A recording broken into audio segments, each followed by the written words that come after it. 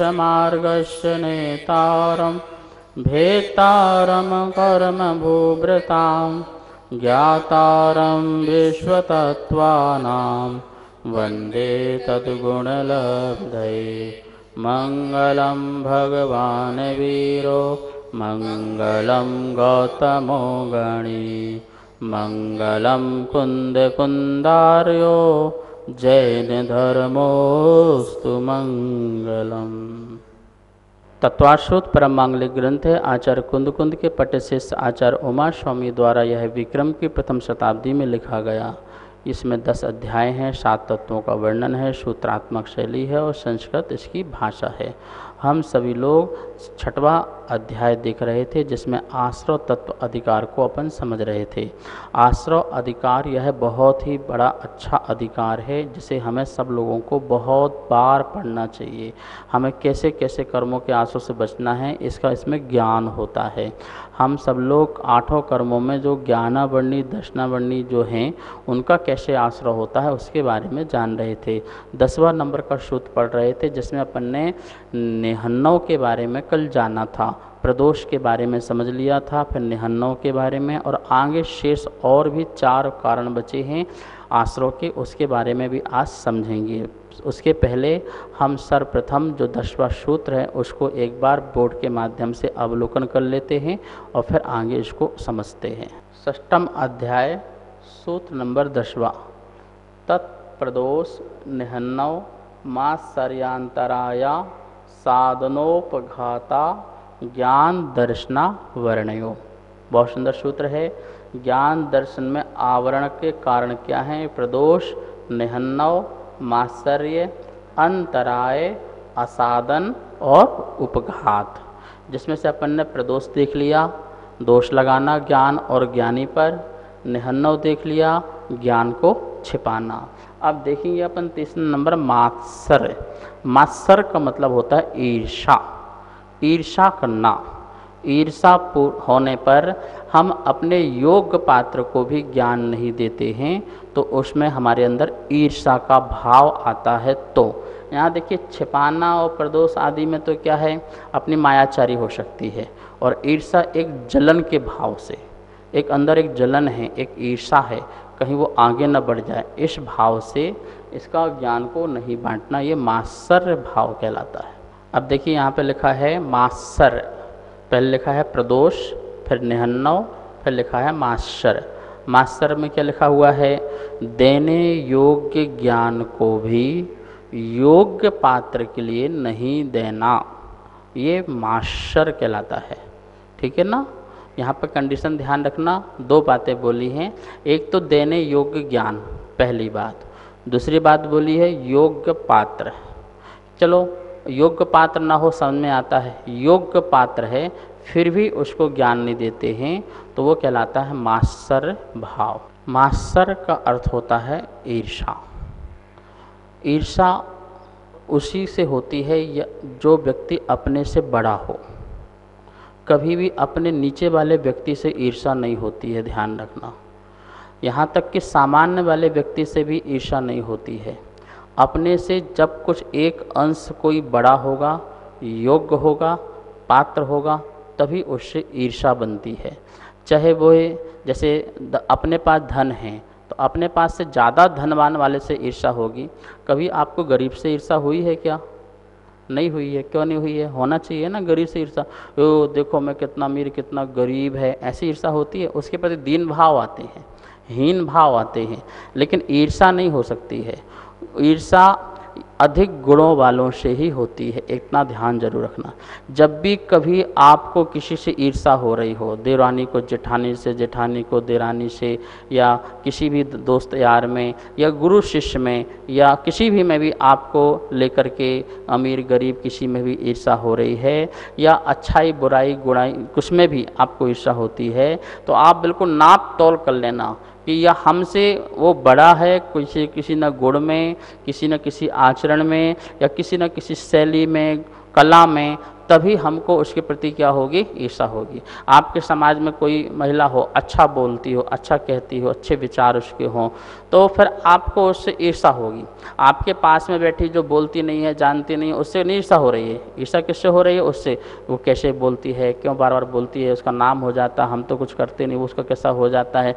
इस प्रकार से ईर्षा होना, तो आप समझ लेना, जब भी आपको किसी से ईर्षा हो रही है तो इसका मतलब है आप में वो गुण नहीं है, आप के अंदर वो गुण का अभाव है और आपसे कोई श्रेष्ठ दूसरा गुण वाला है, तभी ये ईर्षा के भाव आते हैं।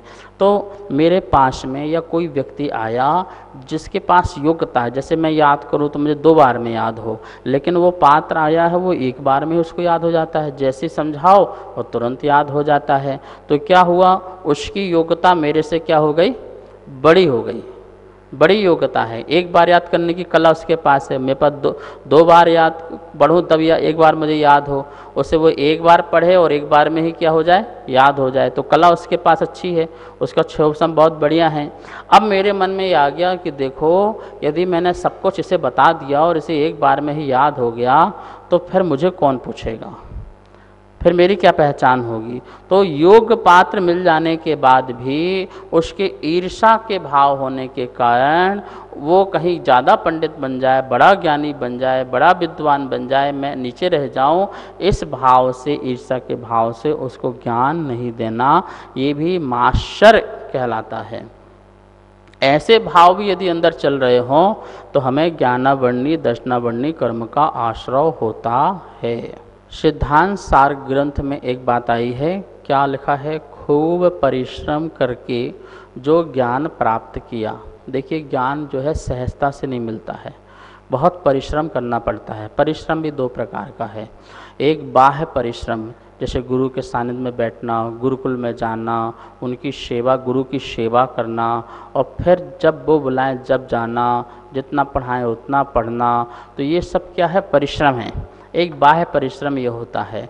एक अंतरंग परिश्रम है ध्यान। ध्यान भी एक परिश्रम है। उस ध्यान के माध्यम से भी अपने ज्ञानावर्णी कर्म का क्षय करके ज्ञान को प्रकट किया जा सकता है। एक अंगूठा छाप व्यक्ति भी द्वादशांग का पाठी बन सकता है, पर किसके माध्यम से, वो अपने ध्यान के माध्यम से। आप देखिए, कोई साधु बन गया, वो पहली दूसरी चौथी क्लास पढ़ा हुआ और साधु बन गया, और आज वो बड़े बड़े ग्रंथों का वाचन कर रहा है, बड़े बड़े ग्रंथ उसको कंठस्थ हो चुके हैं। क्या कारण है, छोटी सी उम्र में साधु बन गए, अब बड़े हुए तो सारा ग्रंथ उनको कंठस्थ है, कहाँ से ज्ञान प्राप्त हुआ। ऐसी मन में शंका एक बार मेरे भी आई थी। आचार्य विद्यानंद महाराज से मैंने चर्चा की, उन्होंने कहा सुनो, ज्ञान अपने अंदर है, ज्ञान लबालब भरा हुआ है, कहीं से लाना नहीं पड़ता है। पुस्तक और गुरु तो निमित्त रहते हैं, लेकिन हम स्वयं भी अपने आत्म ध्यान के माध्यम से उस ज्ञान को उजागर कर सकते हैं। मैंने कहा कैसे, जितनी जितनी कषाय की मंदता होगी, जितना उपयोग की स्थिरता होगी, परिणामों में निर्मलता होगी, जीवन में सहजता होगी, स्वभाव में मृदुता होगी, इन सब तमाम कारणों से अपना ज्ञान प्रकट हो जाता है। फिर ज्ञान बाहर से लेना नहीं पड़ता है। आचार्य से कहा करते थे, ज्ञान 2 प्रकार का है, जैसे पानी 2 प्रकार का है, एक टंकी का पानी और एक कुएं का पानी। टंकी का पानी अपना पानी नहीं है, उसका दूसरों से उधार लिया हुआ पानी है। कुएं का पानी उसका अपना पानी है, उसका अस्तित्व कहीं नदी से कहीं सागर से मिला हुआ है, तो उसका पानी अपना पानी है, उसकी अपनी खोज है, उसका अपना रास्ता है, उसकी अपनी मिठास है। टंकी का पानी तो ऊपर से डाला हुआ है।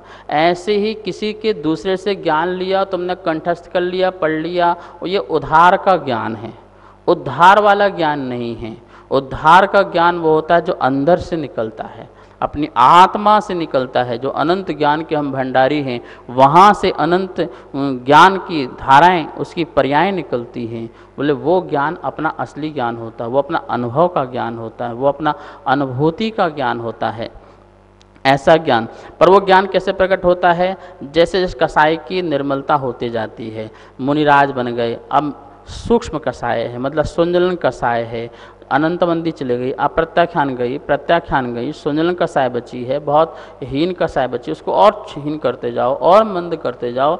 और जैसे जैसे कषाएँ शांत होती जाएंगी, कषाएँ शांत होती जाएंगी, और उसके कारण हमारे ज्ञान आवरण भी जो है समाप्त होते जाएंगे और सूर्य क्या है प्रकट हो जाएगा।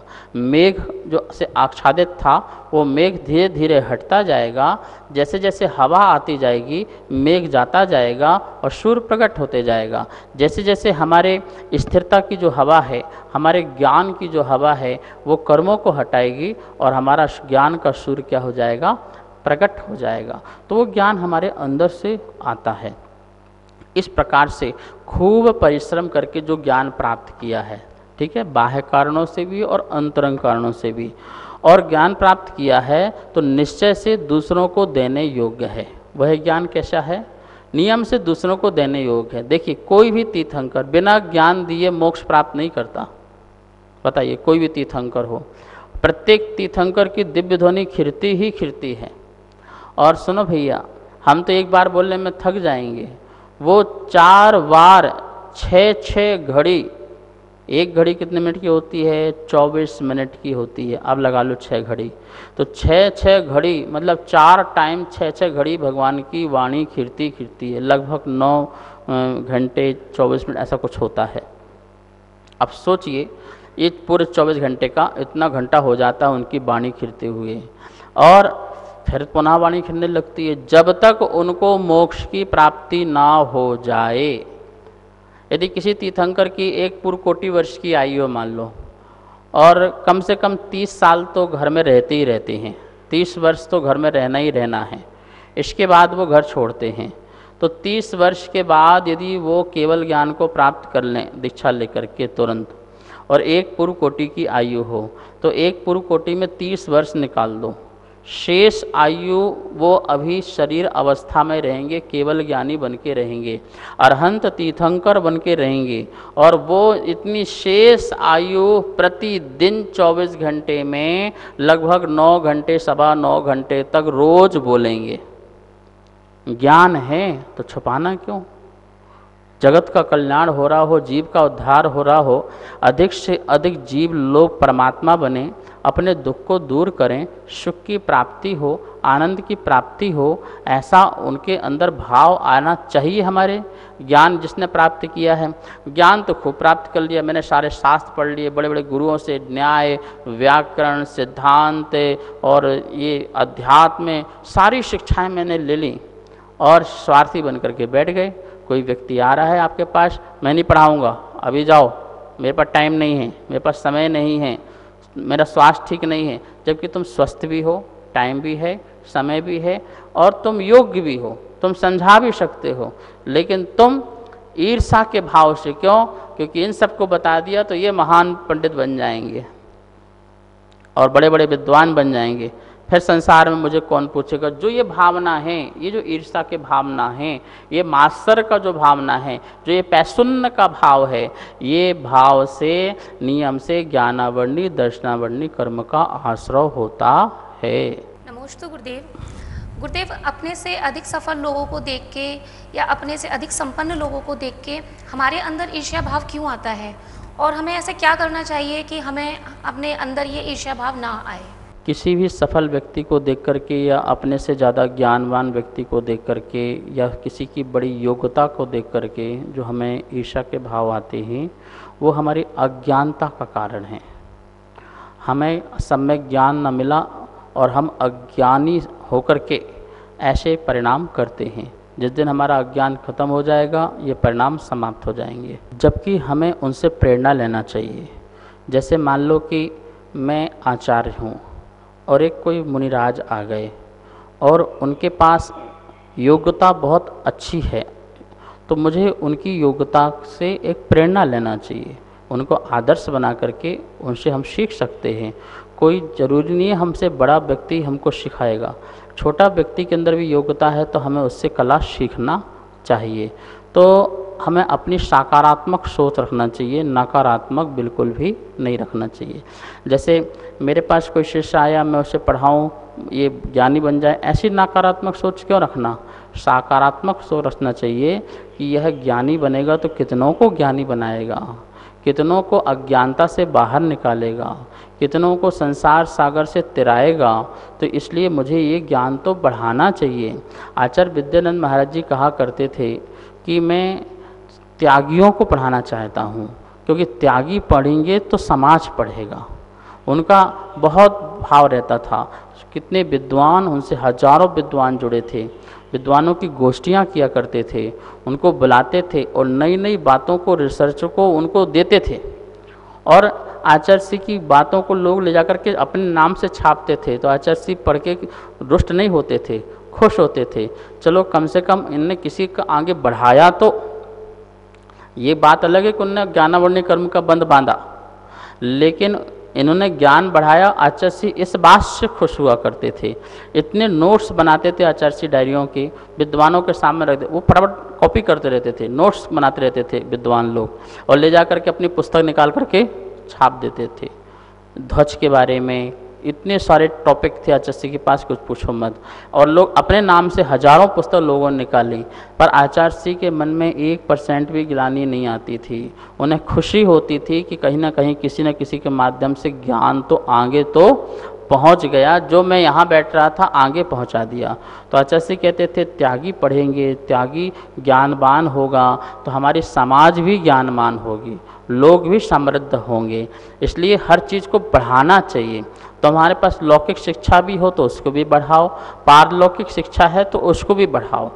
पिताजी को पता है कि ये बिजनेस ऐसे होता है, पर वो बेटे को आगे नहीं बढ़ाना चाह रहा है तो वो बेटा ठप हो जाएगा। ऐसे शिष्य गुरु शिष्य को ना पढ़ाएं तो वो गुरु शिष्य भी वो वहीं पर बैठा रह जाएगा। इसलिए आचरण कहते हैं मास्टर भाव से बिल्कुल हट करके सकारात्मक सोच करके कि जो चीज़ आगे बढ़े उसे बढ़ाते रहना चाहिए। इस प्रकार से अपन ने यहाँ पर ज्ञानावरणी दर्शनावरणी के आश्रम में तीसरा भेद मास्टर पढ़ा। अब चौथा भेद है अंतराय। उसके बारे में पहले स्लाइड के माध्यम से समझते हैं, फिर उसका विस्तार करते हैं।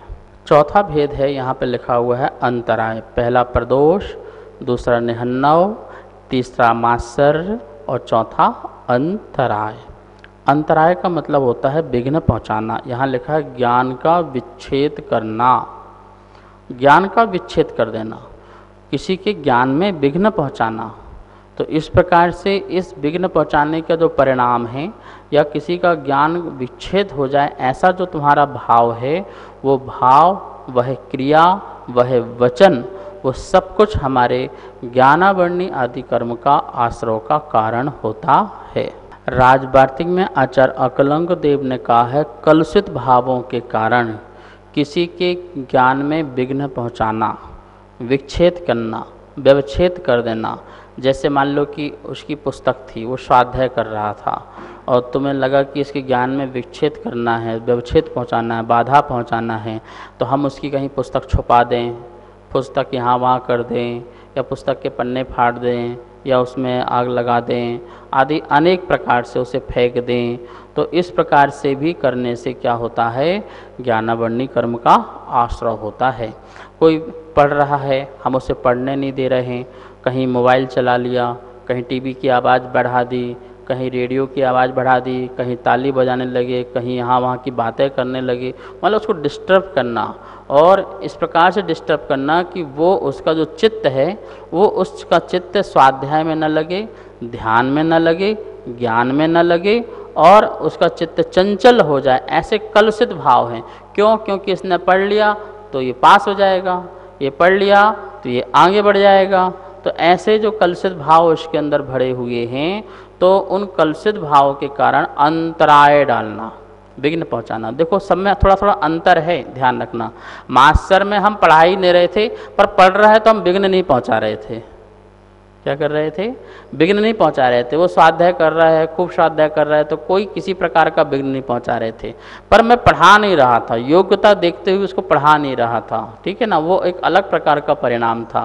अब यहाँ पर एक अलग प्रकार का परिणाम है कि पढ़ाने की बात तो है ही नहीं है, लेकिन जो पढ़ रहा है जो अध्ययन कर रहा है, जो स्वाध्याय कर रहा है, उसको किसी न किसी प्रकार से विघ्न पहुंचाना। जैसे कोई गुरु के पास शिष्य पढ़ रहा है तो दूसरा शिष्य या कोई दूसरा व्यक्ति ऐसे कलुषित परिणाम हैं कि इसको यहाँ से निकालो, किसी प्रकार से यहाँ से इसको भगाओ, किसी प्रकार से इसको ज्ञान ना मिले, ऐसे कलुषित भाव से उसको विघ्न पहुँचाना, उसकी बार बार शिकायत करना, उस पर दोषारोपण करना, उस पर आक्षेप लगाना, उसका गलत प्रचार करना, इस प्रकार से किसी भी प्रकार से उसको यहाँ से विदा कर दिया जाए। ऐसा होता है गुरुकुलों में, आ जाता है भाव तो एक दूसरे को भगाने के भाव बन जाते हैं। स्कूल में ऐसा हो जाता है, ऐसे गुरु शिष्य के संग में ऐसा हो जाता है। तो ये बोल रहे हैं ये अंतराय है। क्या है?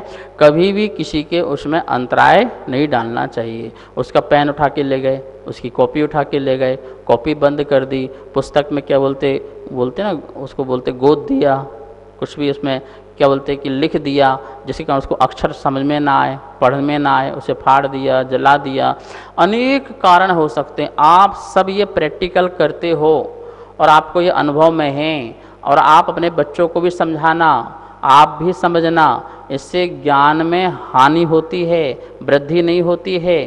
तो कलुषित भाव से, राजवार्तिक ने एक बहुत अच्छा शब्द दिया, कलुषित भाव से, उसके अंदर कलुषित भाव है कि ज्ञान जो है इसके पास ज़्यादा ना हो जाए, ये पढ़ लिख के बड़ा आदमी ना बन जाए। तो इस प्रकार का जो परिणाम है, अब इसे कलुषित भाव कहो, अब आप उसमें ईर्षा भाव भी कह सकते, मात्सर भाव में, लेकिन वहाँ का परिणाम दूसरा था और यहाँ का परिणाम दूसरा है। इस प्रकार से यहाँ पर सिद्धांत सार में भी आया है, विद्यार्थी के पढ़ने में तथा गुरु जी के पढ़ाने में ज्ञान का विच्छेद करना, अंतराय करना। ठीक है ना? गुरु पढ़ा रहे हैं और शिष्य क्या हो रहा है? पढ़ रहा है। बीच में आकर के तुम क्या पहुंचा दो? कुछ भी बातें करने लग जाओ, यहाँ वहाँ की बातें लेके बैठ जाओ, तो क्या हो गया? उस पढ़ाई के बीच में विघ्न पहुंच गया। हम पढ़ रहे थे, स्वाध्याय चल रहा था, और आपने आकर के संसार की बातें करने लगे, यहाँ वहाँ की बातें करने लगे, लाइट बंद कर दिया, ठीक है, खिड़की बंद कर दी, प्रकाश ना आए, वो अपने आप बंद कर देंगे पढ़ाई। तो इस प्रकार से बहुत सारे कारण हो सकते हैं। देखिए, जब भी कोई पढ़ रहा हो तो आपको उससे आज्ञा लेकर के बात करना चाहिए। क्या करना चाहिए? आज्ञा लेकर के, कि यदि आपका स्वाध्याय हो जाए तो स्वाध्याय के बाद, अथवा यदि आपके पास अभी समय है तो मैं आपसे कुछ पूछना चाहता हूँ, आपके पास समय हो तो बता दें, नहीं हो तो कोई दिक्कत नहीं, आप चले जाएं। बिना आज्ञा लिए आप उसके स्वाध्याय में बिल्कुल भी विघ्न नहीं पहुँचाना चाहिए। स्वाध्याय हो या बच्चा भी पढ़ रहा हो किसी प्रकार का, उसे किसी प्रकार का विघ्न नहीं पहुँचाना चाहिए। नमोस्तुते। मेरे मन में एक जिज्ञासा उत्पन्न हो रही थी कि हमारे मन में भाव नहीं है कि उसका डिस्टर्ब हो पढ़ाई में, और फिर भी किसी कारणवश उसका डिस्टर्ब हो रहा है, तो क्या हमें इससे ज्ञानावरणी कर्म का आश्रय होगा? विघ्न पहुंचाने का हमारा भाव बिल्कुल भी नहीं है, लेकिन हमारी किसी न किसी एक्टिविटीज़ से, किसी न किसी क्रिया से वह उसको विघ्न पहुंच रहा है, तो हमें अज्ञात भाव का क्या है? आश्रय होगा।